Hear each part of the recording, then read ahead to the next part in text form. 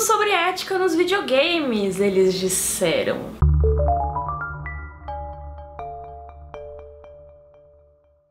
Oiê, tudo bom? Eu sou a Mikan e hoje eu tô aqui no ABC das Minas pra falar sobre Gamergate, um episódio muito complicado na internet que repercute até hoje nas redes sociais, então eu vou dar o meu máximo aqui pra conseguir explicar como tudo começou. Primeiro nome, que é uma referência ao caso Watergate, mas dessa vez é sobre a indústria dos videogames, por isso gamer no começo. A palavra Gamergate surgiu primeiro pra falar de um escândalo e depois começou a se referir a todo o movimento que surgiu a partir desse episódio específico. Ok, mas qual que foi esse episódio então? No dia 16 de agosto de 2014, um texto de quase 50 mil caracteres começou a ser divulgado pela internet. Esse texto era sobre a Zoe Quinn, uma desenvolvedora de games, e tinha sido escrito pelo Aaron Gioni, o ex-namorado dela. No texto, o Aaron acusa a Zoe de ter traído ele com 5 pessoas, inclusive com o Nathan Grayson, que na época já escrevia e até hoje escreve pro Kotaku, um dos sites de games mais famosos atualmente. O texto foi se espalhando, a história ganhou força e o Nathan Grayson foi acusado de fazer artigos sobre os jogos da Zoe Quinn, mesmo enquanto ele tinha um caso com ela. Ou melhor, teve gente que disse que ele escrevia críticas positivas sobre os jogos em troca de sexo. O site Kotaku fez um pronunciamento dizendo que sim, o Nathan Grayson já tinha mencionado a Zoe Quinn em algumas matérias, mas isso foi antes deles começarem a ter um caso e ele nunca tinha escrito nenhuma resenha dos jogos dela, nenhuma crítica, muito menos uma crítica positiva. Isso não adiantou nada pra apaziguar o público. Já tinha muita gente que estava insatisfeita com o jornalismo de games. Eles acusavam os principais sites de abordar muitas pautas de justiça social, então falar, por exemplo, sobre os privilégios de gamers brancos e homens. Então esse texto sobre a Zoe Quinn foi a gota d'água que fez toda essa insatisfação transbordar. E eu não tô exagerando aqui não, teve uma série de vídeos que viralizou logo depois que o texto se espalhou pela internet,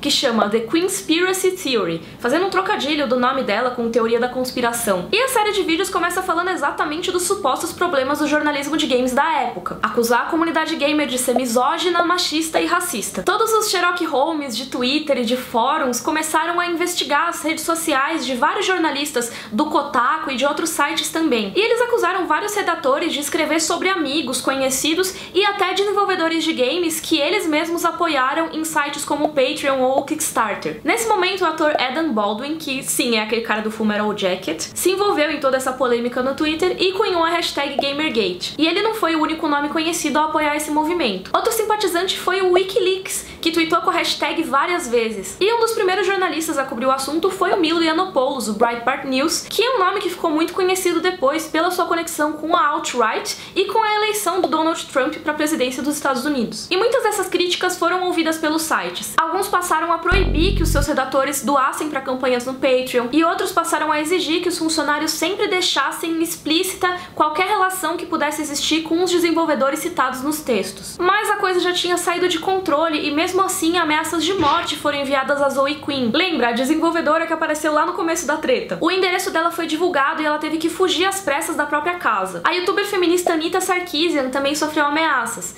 Ela faz vídeos sobre representações machistas de personagens femininas. Ela tinha uma palestra marcada para aquela época, mas a faculdade que ia realizar o evento recebeu um e-mail anônimo. A pessoa que mandou o e-mail ameaçava invadir a palestra carregando um rifle semiautomático e matar a Sarkeesian ali na frente de todo mundo. Acho que eu nem precisava dizer, mas a palestra foi cancelada. Essas ameaças vieram a público e só se falava em Gamergate, inclusive nos grandes jornais. E aí teve uma polarização. De um lado você tinha conservadores como o Milo Yiannopoulos, o do Breitbart News. E essas pessoas diziam que as ameaças não eram nada, que eram só histórias inventadas e que os jornalistas de games só repercutiam esse tipo de história porque queriam ser pagos com sexo. Sim, o Milo Yiannopoulos disse exatamente isso, que eles queriam ser pagos com sexo. De outro lado, vários sites de games publicaram artigos repudiando o comportamento de quem mandou as ameaças. Alguns diziam que a palavra gamer já não representava uma identidade, que tinha vários fãs de videogame que não se encaixavam nesse perfil do garoto adolescente revoltado e que por isso a palavra devia parar de ser usada para definir todos os fãs de videogame. Nesse ponto, o Gamergate já tinha se tornado um movimento. Os seguidores se organizaram para mandar um monte de reclamações e pedir um boicote para os grandes anunciantes de sites de games. E eles conseguiram que pelo menos 3 grandes marcas tirassem os anúncios desses sites, mesmo que temporariamente. E as ameaças e assédio às mulheres da indústria de games não paravam. Além das que eu já tinha falado, também tinha a desenvolvedora Brianna Brianna Wu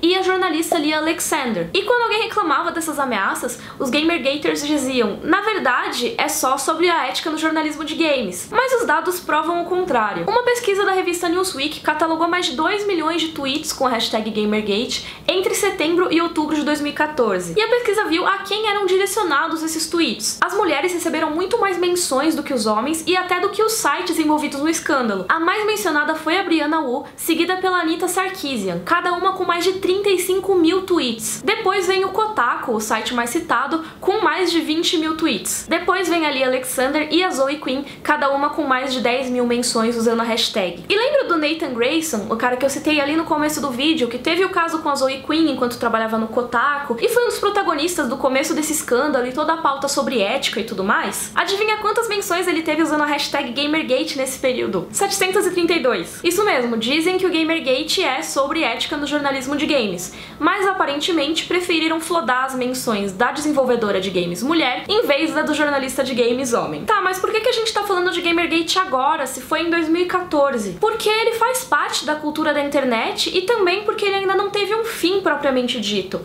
É só você procurar Gamergate no Twitter pra ver que esse assunto ainda é mencionado diariamente, inclusive com a hashtag. E apesar de ser uma coisa que parece muito de nicho, uma coisa muito interna da comunidade de games dos Estados Unidos, repercutiu pra muito além disso. Hoje em dia o Gamergate é considerado uma das sementinhas pra popularidade do Donald Trump na internet e a posterior eleição dele pra presidente dos Estados Unidos. Quem disse isso não fui eu, nem alguma pessoa que é crítica do Trump, mas sim o próprio Steve Bannon, que liderou a campanha dele pra presidência. Antes de exercer essa função, ele era o chefão do Breitbart News, e foi ele que colocou o Milo Yiannopoulos pra cobrir o Gamergate. No livro Devil's Bargain, que fala sobre a carreira do Bannon na política e como ele se envolveu com isso, tem uma entrevista que ele fala exatamente sobre esse assunto. Ele diz: percebi que Milo poderia se conectar imediatamente a essas crianças. Você pode ativar esse exército. Eles entram pelo Gamergate ou qualquer outra coisa e se voltam para a política e Trump. Só que o jogo parece ter virado, porque o Donald Trump deu em fevereiro algumas das suas soluções possíveis para o problema dos tiroteios em massa nas escolas dos Estados Unidos. E uma das sugestões dele é que videogames e filmes violentos sejam mais regulados. Vamos ver o que o Gamergate tem a dizer se isso acontecer mesmo. Gente, esse tem que ser um vídeo curto, então eu não posso entrar aqui em todos os detalhes.